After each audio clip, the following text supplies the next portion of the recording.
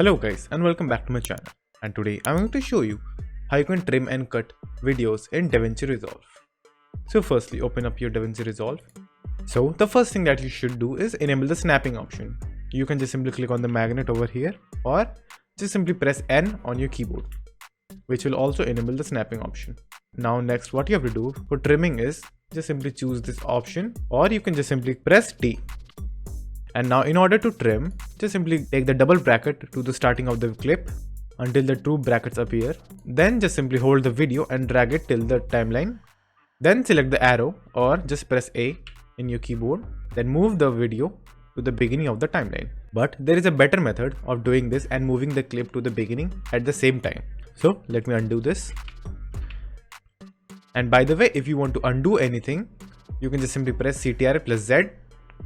And now just again simply take the trimming option, then go to the start of the clip and hover until you get this single bracket option. Then just simply hold and drag till the line. And this will bring your timeline to the start and will also trim your video. You can do the same thing at the other end of the video as well if you want to trim that part also. Now let me show you one more thing. So before that, let me undo this.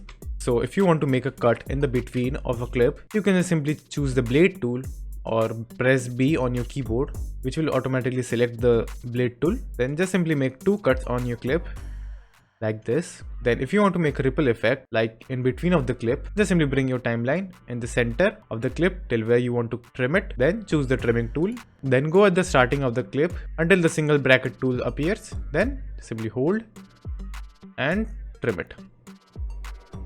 This will trim the video for you. And in any case, if you have made multiple cuts like this and if you want to delete them, what you can do is just simply click on the cut and just press delete on keyboard, and that will delete the clip.